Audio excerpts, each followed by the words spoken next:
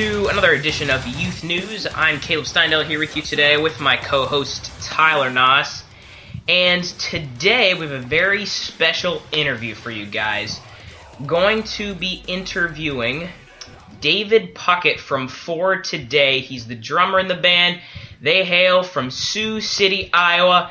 Welcome to the show today, David. Thanks for joining us. Hey, thank you guys for having me. I appreciate it a lot. Mm-hmm. So, real quick, just want to mention, I saw For Today, they're currently on their farewell tour. Saw them in Lancaster, put on a great show, enjoyed it a lot. So, let's get into the interview. So, our first question, David, is, can you tell us a little bit about the band and how it got started? Sure, man, yeah. So, like you said, the band originally started in Sioux City, Iowa. That was like 11 years ago. None of us actually live there. We actually all live in different states. Wow. I'm in Columbus, Ohio. Ryan's in Tulsa, Oklahoma. Brandon's in Fayetteville, Arkansas. Maddie's in Mobile, Alabama. Jim, who plays bass with us when we're on tour, is in Sioux Falls, South Dakota. So we're all scattered. But originally, I've been in the band for just under 5 years. I guess like closer to 4.5. And the original drummer, his name was also David, started the band in high school with Ryan and another original member, and then it was just kind of a local thing. And after, you know how local bands are. You're in a local band and you quit for whatever reason and join another local band. So the lineup kind of changed a few times, and then they wanted to get out of Iowa because it's Iowa and started touring more. And as the years have progressed and For Today built a fan base, and they continued to tour extensively, and people got married and moved out of state because it's Iowa, and who wants to live there? Sorry if you live there. Please take no offense. It's just not fun there for me. So after people got married and left, or some member changes, the band all kind of scattered. And as you mentioned, we are out on our farewell tour currently. So that kind of brings us up to where we're at now. True long-distance relationships. I guess that can be tough at times. But flying. Yeah, I'll bet. So who are some of your musical inspirations? Personally, it's interesting because none of us are really big into metal anymore. We used to be, and we still have such a deep love and appreciation for metal, but when you tour, 6 months, 7 months out of the year listening to metal all the time, it doesn't provide the same level of escape that it used to. So we all love metal a lot, but we never really listened to it. So for me, my biggest influence as a band growing up was Sum 41.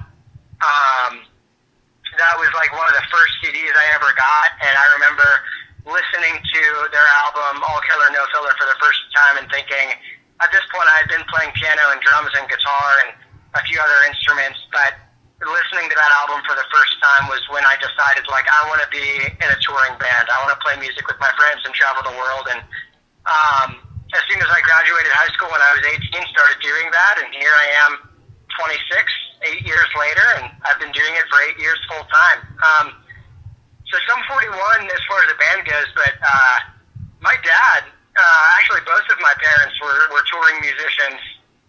My mom was in kind of like a gospel soul band in the 70s and toured, and my dad toured up until I was probably 13 or 14. He wasn't touring full time, but he was still touring around in the bluegrass world. And so seeing both of my parents just kind of pursue their passion in that way kind of motivated me and sculpted me a lot. And then my sister, who is hands down the most talented musician I've ever met in my life, really inspired me just on that level of personal excellence and putting in not only the appropriate amount of practice time, but making sure that you're practicing in the right ways and optimizing that experience. So I would say, as far as a band, Sum 41, but as far as people I've drawn inspiration from, my family, I'm very thankful to have them. I'm a very blessed guy, lucky guy to have the family that I have. I think a lot of For Today's musical influences came from like early 2000s metalcore stuff, early mid 2000s. Like there's a band called Advent that had a lot of influence.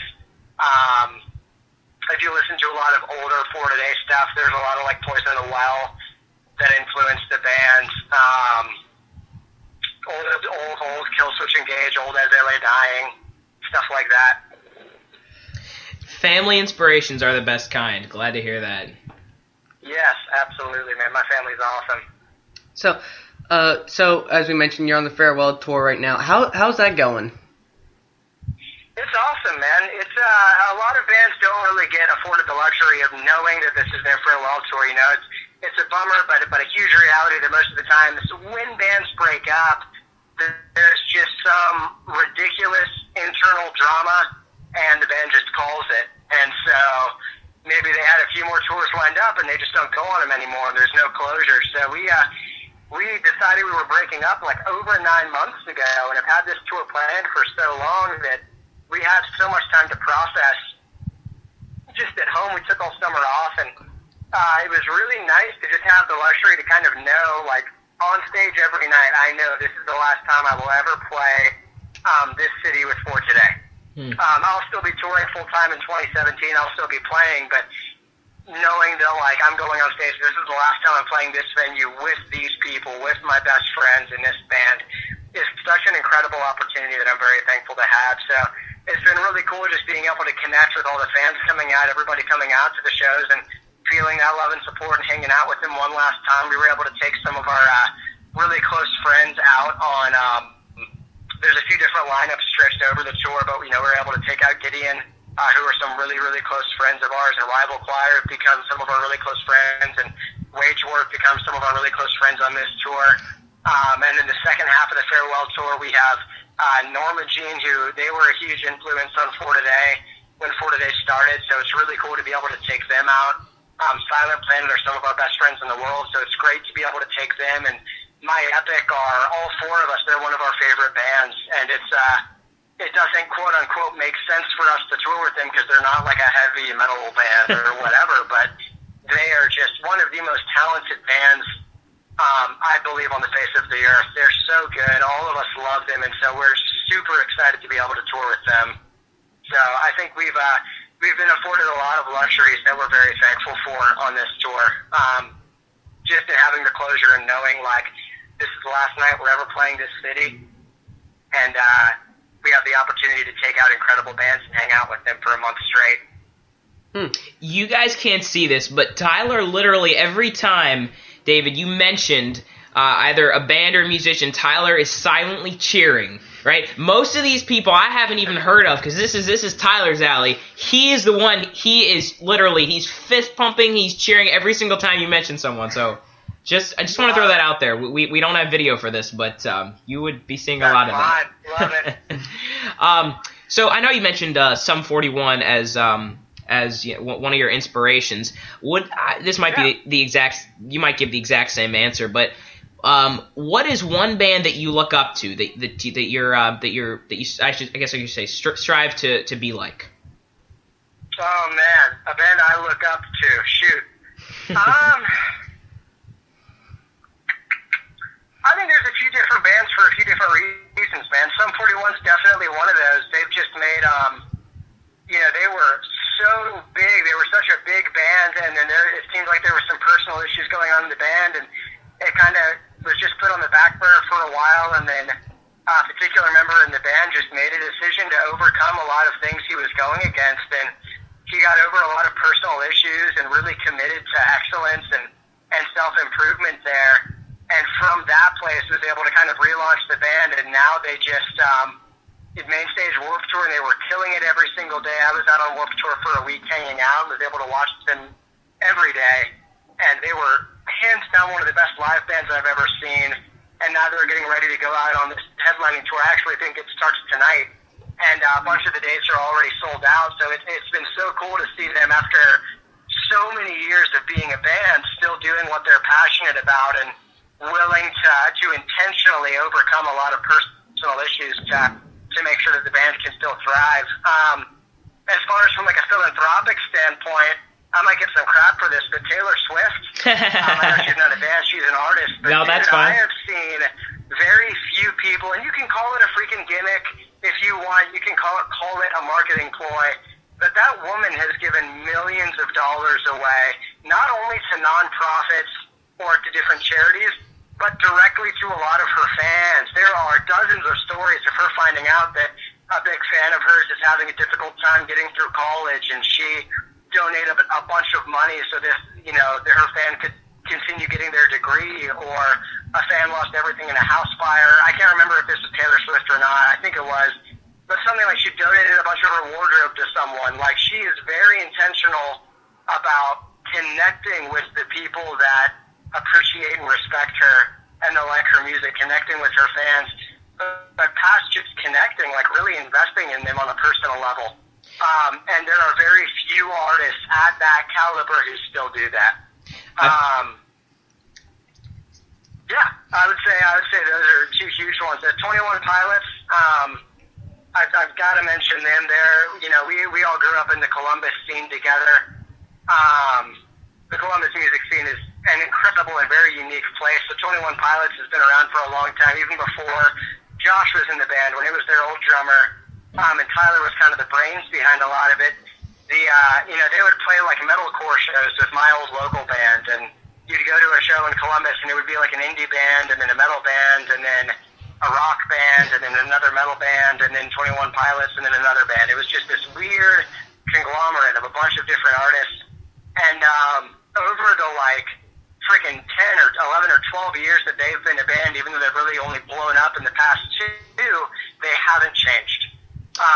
I've known Josh for a long time, not really well, we're not really tight, but the Columbus music scene's a small place, so we would all hang out in groups and whatnot, and those dudes, their music hasn't changed, their band hasn't changed what they were about.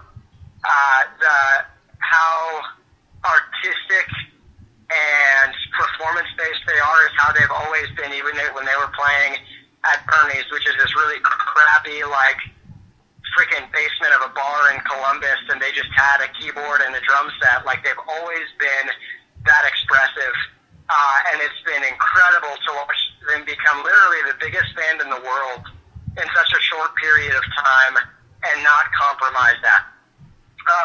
And I have a lot of respect for them. I like the 21 Pilots answer. I definitely enjoy them. Also, I think the Taylor Swift answer, I like that too. That's interesting because I think when you talk about people that inspire you, it goes beyond, when we're talking about music, it goes beyond just, I enjoy their music or I like their music, right. But it definitely goes deeper than that. So I like that answer. I think that's an interesting one. This next question may be difficult. Do you have a personal favorite for today's song? If not, feel free to say that you don't have one, but throwing that out there. Oh, man, I don't know. I'm going to go with it from the perspective of which song do I like to play the most live. All right, that's fair. Just because, I don't know, man, I think they all... It's like when you're in a band, you don't appreciate your music in the same way that other people do. You don't listen to it and think oh, this is so sick. It's more of this is what this meant to me. Yep. But I think the song Without You on a personal level was really sentimental to me after some stuff that happened in the band. Not anything bad that happened, but just kind of a catastrophic event that influenced that song. With someone who was really, really close with the band. And so that song means a lot to me on an emotional level, and that was off our newest album, Wait. But I think just my favorite song to play live is our song Forced Into Fire. It's just a lot of fun. It's really upbeat. I like the tempo it's at. It's just great from a drummer's perspective to groove to. And it's got a really, early, mid-2000s stupid breakdown at the end that's a blast. So I like playing that song a lot. Yeah, I enjoy listening to that song a lot too. So, thanks, man. Yeah. So, what are some things that you do on the side? Oh man, I don't have much time for side stuff, man.